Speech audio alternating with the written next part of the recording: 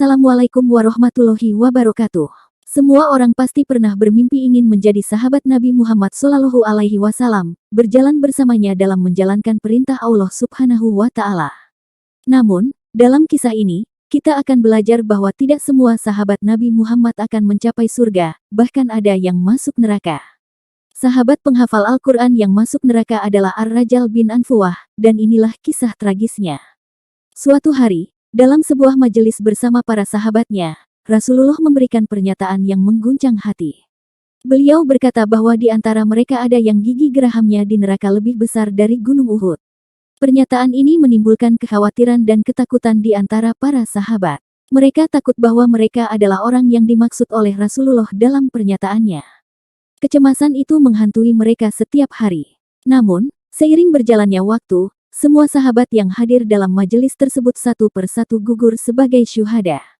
Hingga akhirnya, hanya dua orang sahabat yang tersisa, yaitu Ar-Rajal bin Anfuwah dan Abu Hurairah radhiyallahu anhu.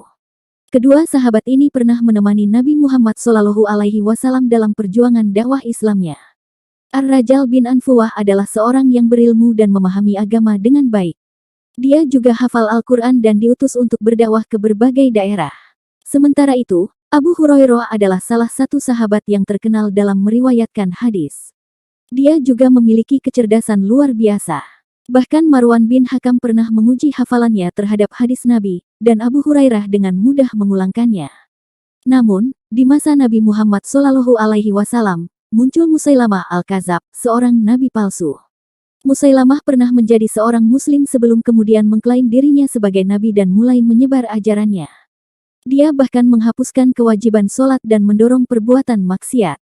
Nauzubillahi min dzalik. Ar-Rajal bin Anfuwah diminta untuk berdakwah kepada Musailamah dan pengikutnya di Yamamah. Namun, ketika tiba di sana, dia tidak tahan terhadap argumen dan godaan yang diberikan oleh pengikut Musailamah. Akhirnya, dia bergabung dengan mereka dan menjadi pengikut Musailamah Al-Kadzab. Kehadiran Ar-Rajal bin Anfuwah di barisan Musailamah membuat pengikutnya semakin yakin bahwa mereka berada pada jalan yang benar. Mereka menggunakan keputusan Ar-Rajal bin Anfuwah sebagai alasan kuat. Di sisi lain, Abu Hurairah tetap teguh dalam imannya dan tidak tergoyahkan. Ia mengingat perkataan Nabi Muhammad SAW tentang gigi geraham yang lebih besar dari Gunung Uhud. Abu Hurairah merasa tenang karena tahu bahwa dia tidak akan meninggalkan Islam seperti Ar-Rajal bin Anfuwah.